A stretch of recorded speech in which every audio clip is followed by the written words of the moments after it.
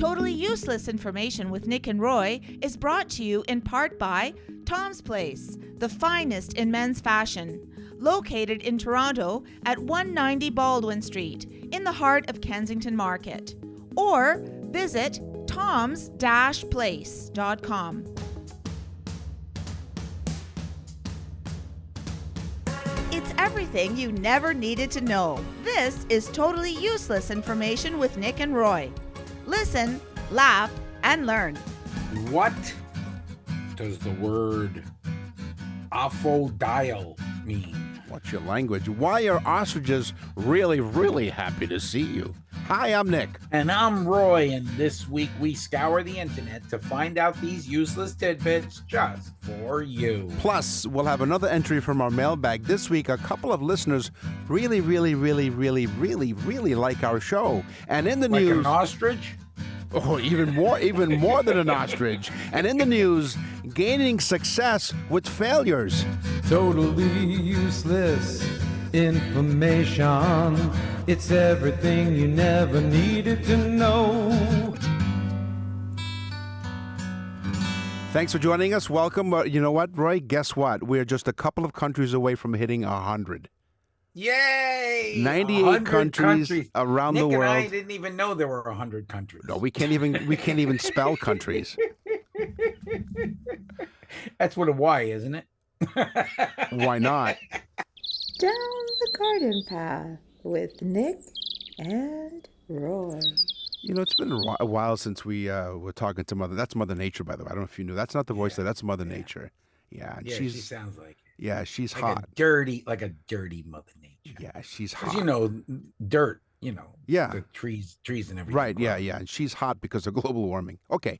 Yeah. Let us get this right. Let us entertain you.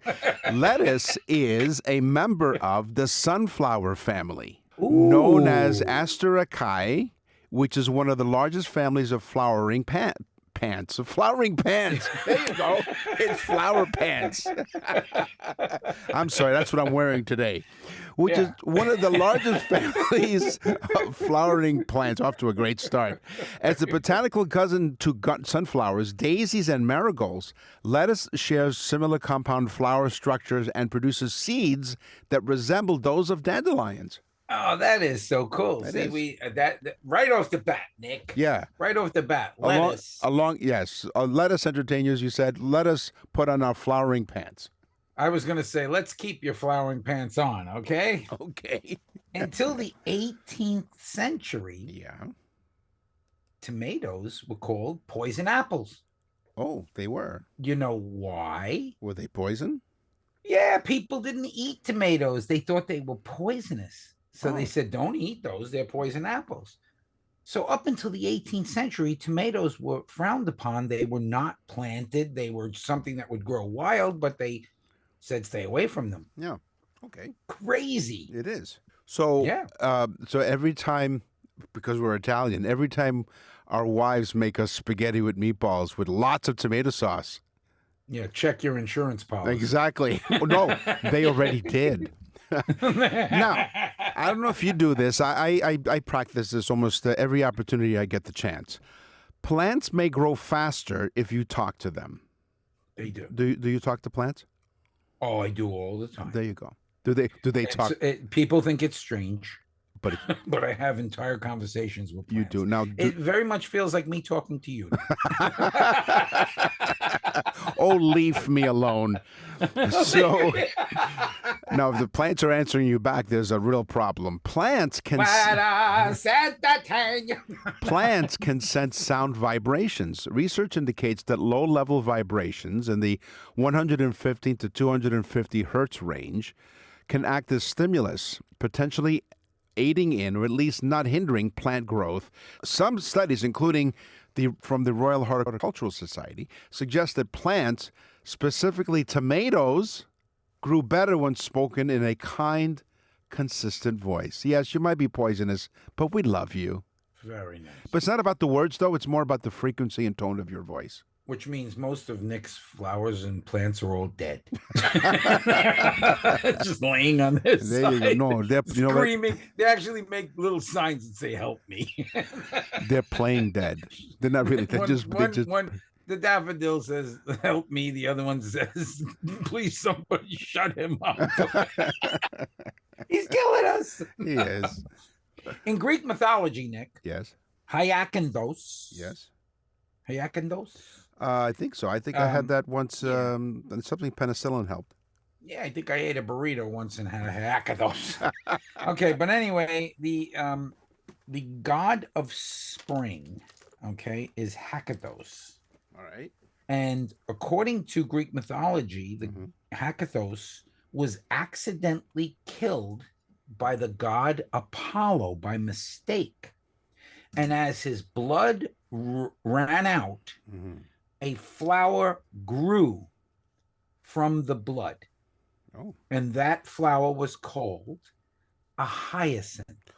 Oh. Because of his name. So, of course, Greek mythology says that the hyacinth grew from the blood of Hyakinos. And hyacinth becomes the flower of sorrow and resurrection. Yeah, but that's not something. Wow. There you go. That's fantastic. Pretty cool, right? How much water do you figure you drink in a day?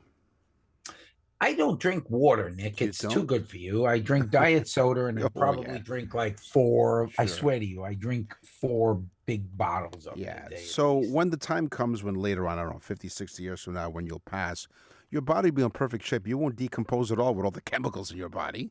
No, I was going to say, it's probably like I'm already embalmed. With diet soda. There you go. So a large mature oak tree, as opposed to an immature oak tree, can consume 100 to 200 gallons of water per day, with some estimates up to 40,000 gallons per year through the process of what they call transpiration. This intense water consumption is used to fuel growth, provide cooling, and release moisture back into the atmosphere, because oak trees are a giving tree. Yeah, they're a giver. Yes, they are. Nick. They are a giver. You know, Nick, people are learning a lot from this garden section. You know? Laugh and learn. Yeah. Yeah. They're flourishing with information. We're nice guys. Listen, what's the difference between an herb and a spice? Okay. Well, don't, Nick. No, please. you don't want me to ask you what's the difference between a herb and a spice? I'm glad you asked. Yeah. An herb is from the leaf of a plant. So herbs only come from the leaves of plants. Okay. But spice comes from the seed, the bark, the root, or the berry of a plant. So spice does not come from the leaf of a plant, but herbs do. So one is above the soil, one's below the soil. Is that it? Not necessarily, because the bark is above the soil. Right. Okay. True. But so the spice has, like different areas it can come from, but an herb can never come from the seed, the bark, or the root or the berry. Okay. It only can come from the leaf. Now, you're living in a really warm climate of Florida, which you do, and I live in Toronto. And not today, though. Not today. Today, I think it was 43, and it's going down to 38. Wow, which is like 34, 33 Celsius. Sorry. No, that's really bad Fahrenheit. for us. That's like 20 below for you guys, honestly. Yeah, no, it is. It's below 0 Fahrenheit, but it's also, for us, will be something like maybe 2 or 3 degrees Celsius. You poor thing. But in Toronto, we do have 4 seasons, and I do actually can grow a lawn. You have lawns on your property, right? Okay. All year round. Now, have you ever counted how many blades of grass there are in the average size of the lawn? I started counting the blades of grass in my lawn, Nick. And Look at the name of a great novel, The Blades of Grass. Huh? Studies and lawn experts generally estimate. Nick, it's a book that's only like 2 pages. Right. I went to the bookstore. They say that you can pick up somebody if you're really interested in picking up like a soulmate or someone, someone, a companion.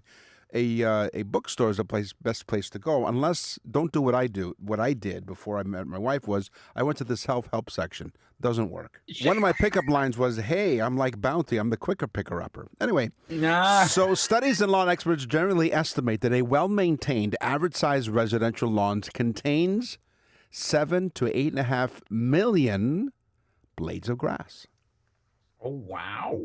See, there you go. Start That's counting. cool. 1, 2, The daffodil. 3, 4. The daffodil Yeah. is named from an old English name. This is my teaser. Your teaser. Okay, great. Okay, the old English name for it was Affo, A-F-F-O, Okay. one word, Yeah. and Dal, D-Y-A-L, which means in Old English, cometh early, and that's what the daffodil does. It's one of the first flowers to bloom. So tell me again. What's They called it Affo, A-F-F-O, Dal, D-Y-A-D-Y-L-E, Affo, Dal. Daffodil. Which means Daffodil. cometh early.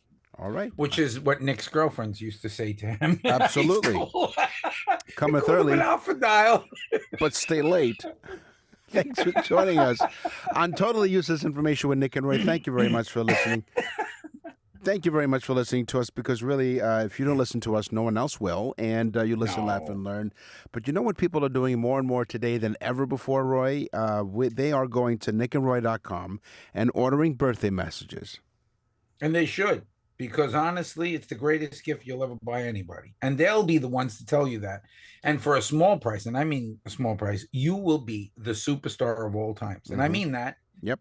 We have email after email. Go to nickandroy.com, type on the Nick and Roy store. You'll see a thing that says birthday messages. There's actually a sample. It's a mini show that we do about the person and the date of their birth and the year of their birth. We do this whole show thing. It's fantastic. People freak out. They send it to their friends and they say, look at what this person sent me. They're the greatest person in the whole wide world. Exactly. nickandroy.com. Nick and Roy will continue with totally useless information. To access the full library of episodes, visit nickandroy.com. That's nickandroy.com.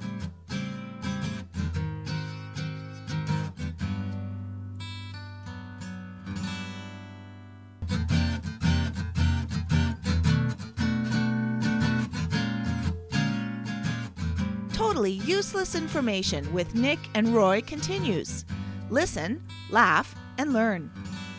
Animals, animals, animals, crazy animals. I think that was the very first jingle you created when we started the show back in 2019. Yeah, I think so. And you put that little pussycat in at the end. Yeah. So I added the sound effects of the animals. I hired them. I hired them at scale. They were union actors, and they pretty much right on cue. They were great. So what do you got in the animal world today? Leprosy, Nick. Yeah. Was a terrible disease. It was kind of like almost like the Black Plague at times, because people that got leprosy were put out into leper colonies. Entire islands Okay. at times were filled with just lepers. They banished them to islands because they didn't want the population to be infected with this horrible lesion type disease that would eat away at your body. It's just horrendous. But scientists are flipping out because most animals can't get it. Oh. Except for the armadillo. Really? And they don't know why armadillos can contract leprosy. That's Now interesting. I'm saying to myself, maybe they're the ones that spread it. Oh, they're the carriers. That's why they wear that suit of armor. They're That's probably decaying underneath, you know? Maybe they don't clean it out as Sneaky often. As things. they are. Sneaky bastards. You know, you said that they put the lepers in leper colonies, and they're all, you know what they're called there. They're called leprechauns. Okay, here's my teaser. That was the stupidest joke. What did you expect? How much did you pay to get Speaking in? of animals, Nick, Yes. what did the judge say when the skunk entered the courtroom? I don't know. What did the judge say when the skunk entered the courtroom? Odor in the court. That's right. See, I could say stupid crap Yeah, too, Nick. listen, that joke comes to you from the same people who brought you why their cows wear bells around their necks, because their horns don't work. Okay. That came from Marie. Right, And there you shout go. out to Marie in Hello, Long Marie. Island, New York. Hello, Marie. Okay, here you go. Now, I want you to turn down your lights, way down low. Light a candle. Okay, you ready? Spread some rose petals all over the floor. The presence of humans can trigger sexual arousal in You ostrich. notice he hasn't done this. In a Yeah, while. exactly. I can't even say it. The presence of Get humans. back. Get back to your. Yeah. Go ahead. Yeah, okay. All right, so ready? The presence of humans can indeed trigger sexual arousal and courtship behavior in ostriches. This phenomenon, Really? yeah, it's particularly common among farm-raised ostriches, not the wild ones, but the ones that are raised on a farm, the more prim and proper ostriches, I would imagine. They have imprinted on their caretakers, causing them to view humans as potential mates rather than other ostriches. And then after an experience with you, they buried their head in the sand. It all comes back to the ostrich. It doesn't does, yes, Nick? it does. Sometimes when I was younger, we were caught necking. See, it's an ostrich. There you go. It's fantastic. There you go. The brain of an ostrich right there. Ostriches. Yes. Okay, so just so you folks know, we do not know what we're going to say to No, each other. That's right. So Nick had an ostrich one, and guess what? I'm skipping the one I was going to do to go right to the ostrich. Okay. All right. Ostriches have something that's the largest of any land animal. And what do you think it would be? You probably think their neck, right? Their neck, certainly not their brain. Their legs. Nope. Oh, They have the largest eyes of any land animal, really? about the size of a white billiard ball. Oh, Their eyes are huge. so their eyes are bigger than their brains, Yep.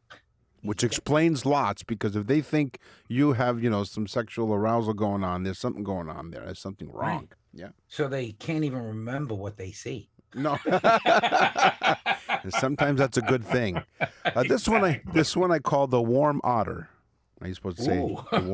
the warm okay. otter what? Now, see, that's your line, right? So this is the warm otter. The otter what, Nick? Okay. Sea otters possess the densest, thickest fur of any animal. Oh. They have up to 1 million hairs per square inch. Oh, so keep them warm. This extreme density is essential for survival as they lack insulating blubber. Very unlike us. Now they rely We on have no hair, but we have plenty of blubber. 100%, which is why we would survive in the winter in Nick the has Arctic. absolutely no hair. Right, exactly, and plenty of blubber. He doesn't even have any blubber on his head either. Yes, located elsewhere. Location. Yeah. So they don't have insulating blubber, relying on air trapped in their fur to stay warm and dry, and dry in cold, icy waters. Now, the fur is composed of 2 layers: long, waterproof guard hairs and dense underfur, which trap the air, as we said. And also, here's one going down the rabbit hole, or down the otter hole. Sea otters hold hands while sleeping so they don't drift apart. If you listen to Totally Useless Information, you would have known that. That's right, exactly. So get ready to say, oh, that's lovely. Okay, I'm ready. Okay? Yeah. You want to practice? Yeah. Oh, that's lovely. Swans, Nick. Swans mate for life. They meet the swan that they fall in love with, Mm-hmm. and they stay with that mate, even if the mate gets sick and can't function. They stay with it and they die together. No? Oh, how nice. No, you see, he screwed up. Oh, how lovely. That's amazing. So they stick with their mate no matter, right to the very end. That's their swan song. There you go. Their swan song when they go. Very good. Yeah. Now, I'm going to talk about horses here right now. I'm going to talk about horses.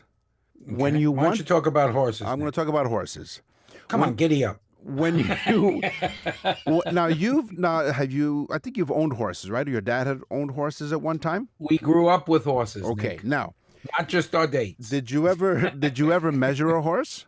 You know, Nick, No, Okay. actually, they're measured in hands. That's right. When you want to measure the height of a horse, you use the method of hands. A hand is a traditional unit. A hand is a traditional unit used to measure a horse's height from the ground to the top of its withers, from the ridge between the shoulder blades, in case you didn't know what that Right. was. So one hand is basically 4 inches, roughly, right? Somewhere around there. Yeah. Horses can be measured in hands. For example, 15.2 horse hands is 15 hands 2 inches or 62 inches. So the fact is that horses are measured by hands. And we had quarter horses, which were very tall. Oh, okay. And then we had a Tennessee Walker, which was a shorter horse by maybe 2 hands or something like that. So Okay. not a There you go. lot. But not to go down the rabbit hole, but Mm-hmm. remember we said on one of our sayings, don't look a gift horse in the mouth. That's meant correct. that somebody would give you a horse and you'd look at the teeth to see how old it was. Why would you do that when somebody just gave it to you? So that would be disrespectful. There you go. So that's where the saying, don't look a gift horse in the mouth comes from. Nice. Very good. A woodpecker, Nick, another name that they used to call me Yes. in high school. Woodpecker? Oh, how lovely. Give me some ostrich eyes. That's what it is. That's an ostrich eye. Yeah, woodpeckers, Nick. Mm-hmm. Get ready for this. They wrap their tongue around their head when they're about to peck Really? to protect their brain. Right. Okay. It stops their head from like shaking too much. It insulates their brain because they're pounding on whatever, like a piece of wood, like brrr, Yeah. and it would affect their brain. So they wrap this extremely long tongue around their head. So I think I've told this story before when we were on holidays, my wife and I, and we're in the middle of this beautiful forest. It's nice and quiet. Like it's so quiet that when the leaf hits, leaves the tree and hits the ground, you could hear it. That's how quiet it is. Yeah. And in the distance, I hear tap, tap, tap, tap, tap, tap, tap. And I turned to my wife and I said, "Isn't this lovely? Someone's out here writing a book or something, maybe a novel, in this beautiful natural setting." You know, she goes, "No, you idiot. That's a woodpecker." I'm like, all right. Oh my God. Nick and Roy will continue with totally useless information. Nick and Roy for Tom's Place, where February is all about hearts and family.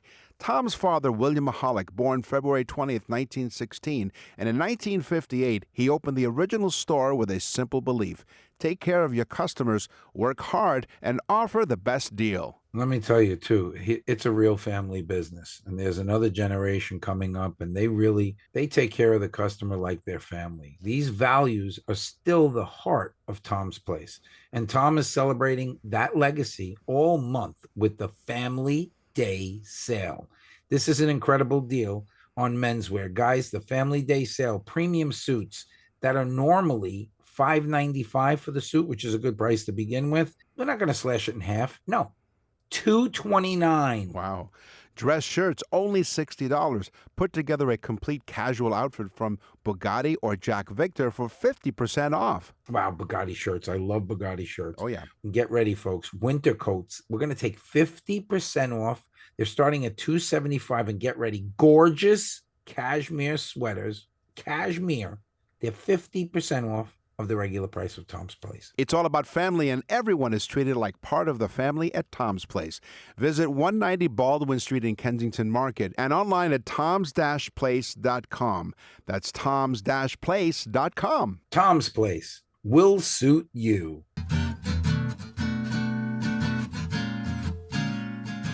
We're back with totally useless information with Nick and Roy. Listen, laugh, and learn. So I'm going to give you a couple of examples here of groups. What would you call a group of ferrets? Ferrari? No, it's called a business. A group of ferrets is called a business. Cool. What is a group of owls called? I don't know. Are you supposed to say who? See, that's your Who? line. Who? Yeah. Who? A group of owls is called a parliament. Parliament. And a group of jellyfish is called a smack. That is great. Yeah, That is great. Yeah. Folks, rewind that one and write it No, down. no, it's That's okay. a Here, cool one. I'll rewind it for you. Yeah. A group of ferrets is called a business.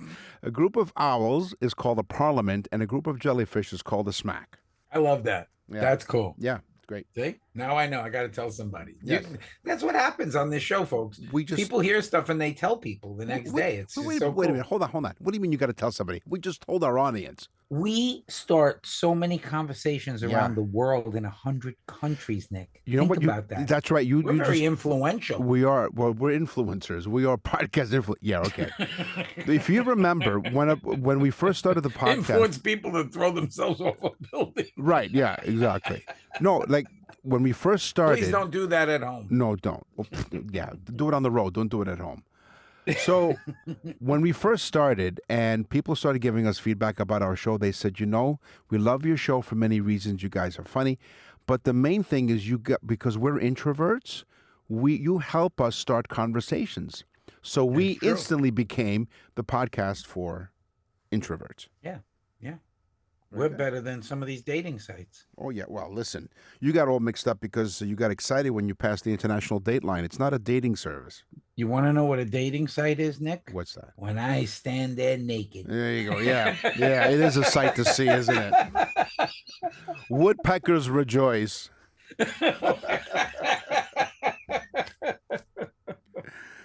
Yes.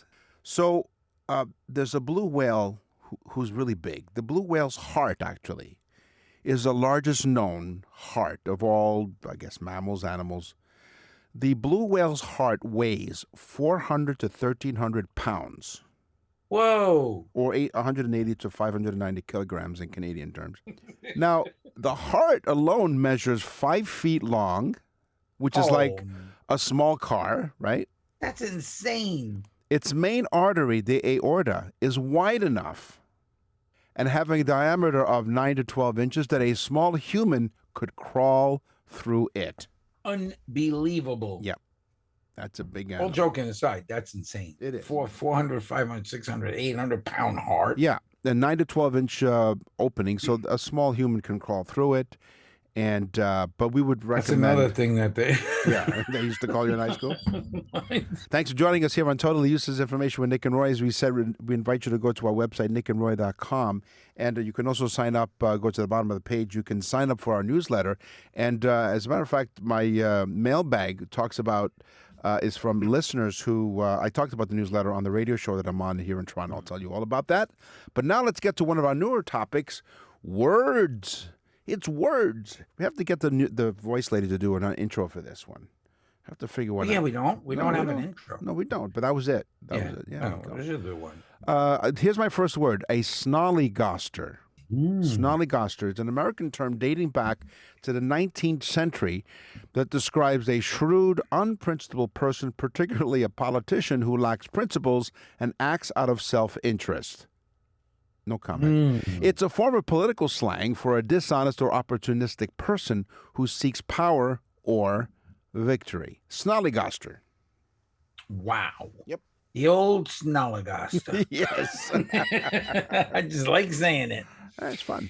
Okay, there is a word that was shortened from 2 words to 1. Okay, very They economical. used the word whale and they used the word horse. Wood horse. They used the WAL from whale and the RUS from the sound of horse. Okay. You get walrus, Oh. which looked like a whale and a horse. Oh, there you so go. they called it a walrus. Whale horse. Are you a walrus? I am a walrus. Wasn't that a Beatles song? Cuckoo-cuckoo. Cuckoo-cuckoo, yes. God bless you. Gesundheit. Gubbins. Gubbins is the word. It's a British informal. Gubbins. Yeah, it's a British informal term for miscellaneous, unimportant items, gadgets, or bits and pieces. It can also refer to rubbish, waste material, or a foolish person. You're listening to Totally Useless Information with Nick and Roy. Gubbins. That's right. It's actually right.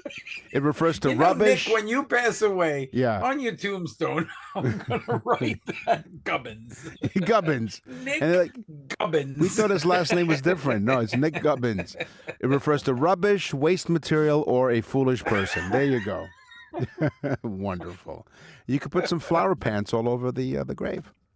Let's do another two words into one thing. Okay. There's a Welsh word, Welsh word. Yep. kind of Old English, Welsh Yes. word for head, Okay. which is pen, Okay. is your head, and the word white, okay, which is Gwayn, Gywn. Okay. Put them together, and you get white head, Mm-hmm. penguin, penguin, Penguin. penguin, Penguin. because of their white inlay and their white head. Oh, that's They call them crazy. penguins. Let's go down the rabbit hole again. And you talked about how swans, they mate for life. Same thing with penguins. And the way that they choose their mate is they take a pebble and they put it in, the male would take the pebble, put it in front of the female. And that basically is like a proposal, if you will. He's giving him her a stone, and they mate for life. Very similar to swans. There you go. Wow. And you know, here's the cool part about it. No, but here's the cool part about the penguin though, because he not only does he propose right there with the propose and they live for life. He's already dressed for the wedding by wearing a tuxedo. Didn't we have on the show where penguins give rocks to their mate? Yeah, that's what I just said. Yeah. Oh, Yeah. did you say Yeah, that? yeah, because I it's wasn't like even paying attention to you. It's okay because you've got rocks in your head, but that's okay. No, that's fine.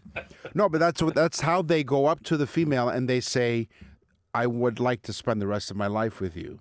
They But give like- him a rock, Yeah, they give him a rock and like we do.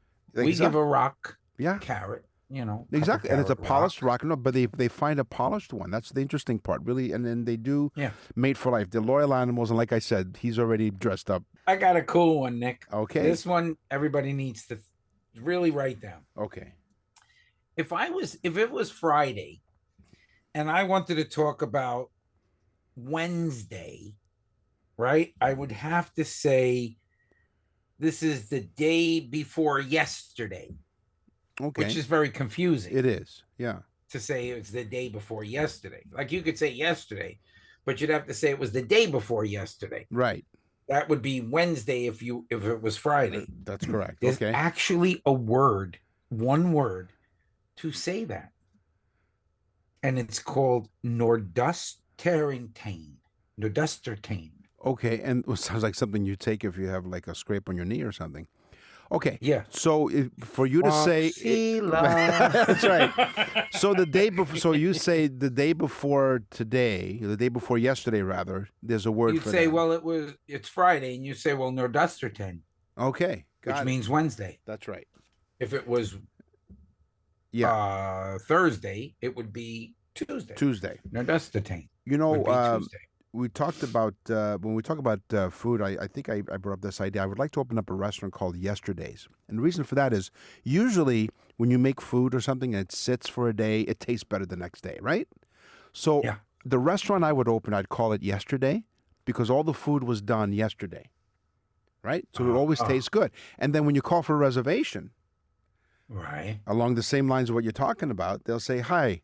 First of all, you say, good evening, yesterday. They go, okay, can I make a reservation for tonight? Okay, so you want to make a reservation tonight at Yesterday's. Right. Right. But don't come today. We're closed today. Come tomorrow. Come tomorrow to Yesterday's. Okay, who's on first? I want a restaurant called Tomorrow's in case Wimpy comes in. I'll say, pay me today for the. No, it was You eat no. tomorrow. I'll buy you. No, I'll pay you Tuesday for a hamburger today. That was the expression, which I don't know where it came from. I'll gladly pay you. You know, we have a Tuesday for Wimpy's hamburger Diner up today. here. I don't know if you have. I don't know if it's a chain of hamburger Oh places. yeah, it's a chain, all right. It is. Nick and Roy will continue with totally useless information. You're listening to Totally Useless Information with Nick and Roy. Listen, laugh, and learn. All right, Gardy-loo. Gardy-loo is not as much of an expression, but it's a warning cry. In medieval and early European times, like in cities like in Edinburgh and Paris, people would routinely dispose of human waste by throwing it out their windows onto the streets below. But the warning cry was, Gardy-loo, to let people know that, look out, here comes the human waste coming out the window. Gardy-loo. Maybe that's why I say I'm going to the loo. That's right. Get ready. I love this one. It was Napoleon Yes. who saw the troops wounded on the field. Oh, Okay. So Napoleon watched the battle and he said, those men are wounded. ah, We need to get them off the field. So he invented a cart that Okay. men could run onto the field and put the wounded soldiers on and run them off the field. right.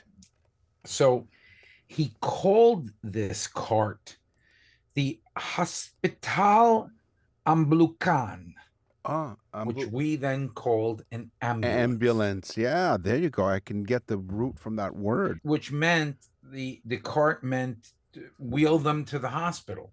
Right. In French terms. Yeah. How crazy, right? That's awesome. That's fantastic. Yeah, where these words come from. I love that. We've often invited you to join our website. Go to our website. Many things you can do there, like order the birthday messages. You can sign up for our newsletter. You can do that. Also, you can leave us a voicemail message. Go to the front page and you can click on there and you leave us a voicemail message, or you can send us an email. What's in the mailbag? What's in the mail? So my mailbag comes from a couple of listeners to News Talk 1010. It's the radio station I work at during the day when I'm not doing this show. And it's part of one of the stations on the iHeartRadio Talk Network, one of the many stations across Canada, the United States, and, of course, almost 100 countries around the world. And By the way, Nick, I didn't know we have a iHeart headquarters here in Fort Myers, Florida. Exactly. That's why we say United States and Canada. Yeah. And so our host, John Moore on News Talk 1010, was talking about different things with useless information. And he's great because he often supports our show. And I said on the radio, you can sign up for our newsletter, nickandroy.com. And so I got a few people who've done so, and thank you. But this one, in addition to that, they said, hey, dear Nick and Roy, this is Mary and Frank. We look forward to your radio shows. Thank you for your special content and the levity you gift to all your listeners in this indeed upside-down world. Nick, we've also enjoyed hearing you all these years on News Talk 1010 CFRB. You are such a massive talent. I love these people. We're so glad you mentioned your newsletter on More in the Morning, and here we are because she sent us an email. But there's nothing useless about smiles and laughter anytime. Please keep shining your bright lights. Best regards from two of your fans, Mary and Frank. Thank you. I have one that I saved for when we did words. Okay, good. Susie from London, England. Hello, Susie. She says, hi, guys. Love the show. Also, love words on the show. I use the word funky a lot. Is it derived from funk music? Because that's what one of my friends said, funk music, which is very popular, I think, in the U.S. But I said I would shoot an email to my friends, Nick and Roy from Totally Useless Information. Okay. Thanks for all the information that you guys give us. We love your show and hope you guys keep it up. She said, thanks again. Funk. Where does the word funk come from? Oh, so I looked funk. it up. It's an old French, from Old French, not French, the language that we know today. It's Right. the Old French Okay. language. It meant to blow smoke. Funk was to blow smoke because when they walked in rooms that were generally used to smoke tobacco, Right. it had a funk smell. So, Susie, you are funky, baby. On the show today, we talked about going down the garden path. We talked about Folks. animals. What is that smell? We talked about animals. We talked about words. It is time for the news. And now, from around the corner and around the world, this is TUI News. So this news item has nothing to do with Florida. As a matter of fact, it's not even in your country. This comes to us comes from a former Ontario Premier, Kathleen Wynne. She sent us this submission. She said this will be perfect for your show. So she listens to our show, and thank you, Kathleen Wynne, for listening to our show. What is it? Well, it's a museum of personal failure. So thank you for thinking of us, Kathleen. When you saw this item, it's the Museum of Personal Failure. It was actually a pop-up museum, so it's not around anymore because it closed by now. But in British Columbia, on the West Coast, I'm sure it did close. That's right. It failed. That's what happened. The Museum of Personal Failure wasn't really successful, and so it closed its doors. They put their own misfires on display at this Museum of Personal Failure. The exhibition was dreamed up by Burnaby resident Yvonne Collins, who was inspired by the end of a romantic relationship. She said she just needed to do something about it, and that's what she did. So she started to curate these, I guess, personal failures. So this museum featured a wall of reject, which is plastered with various employment applications that were rejected, and pictures of us. No, picture of us. The wall of rejects. We were part of the logo. So it was these letters of employment that didn't go anywhere, and letters of firing notices. Oh. This other woman, Jennifer Collins, submitted her wedding dress because she wanted to tell the story about how a failing that occurred in her marriage, and she wanted to move on, and so she said, I figured I'd just donate the dress. And Nick's dates. Right, Advances. Oh, there was a whole wing. Wall of rejection. That was a whole wing to that museum. Are you kidding? That was a wing. Yeah, it was a wing. Casey Valensky, a bladesmith, submitted a knife he made with which turned out to be unsharpenable due to the chemical properties of his quenching oil. So even his knife was a reject. That was a failure. Failure is a step forward, he says. You don't go forward unless you fail. Now, wasn't it Thomas Edison who it took him 10,000 tries before he got to invent the light bulb? Or something like that. But failure is the only way for you to...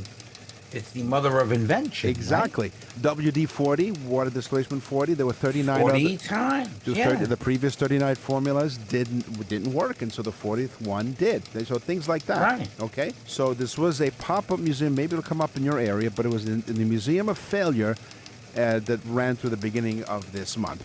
By the way, next stop on this pop-up museum, Fort Myers. That's all the time we have. Let me tell you something. They better get a big warehouse.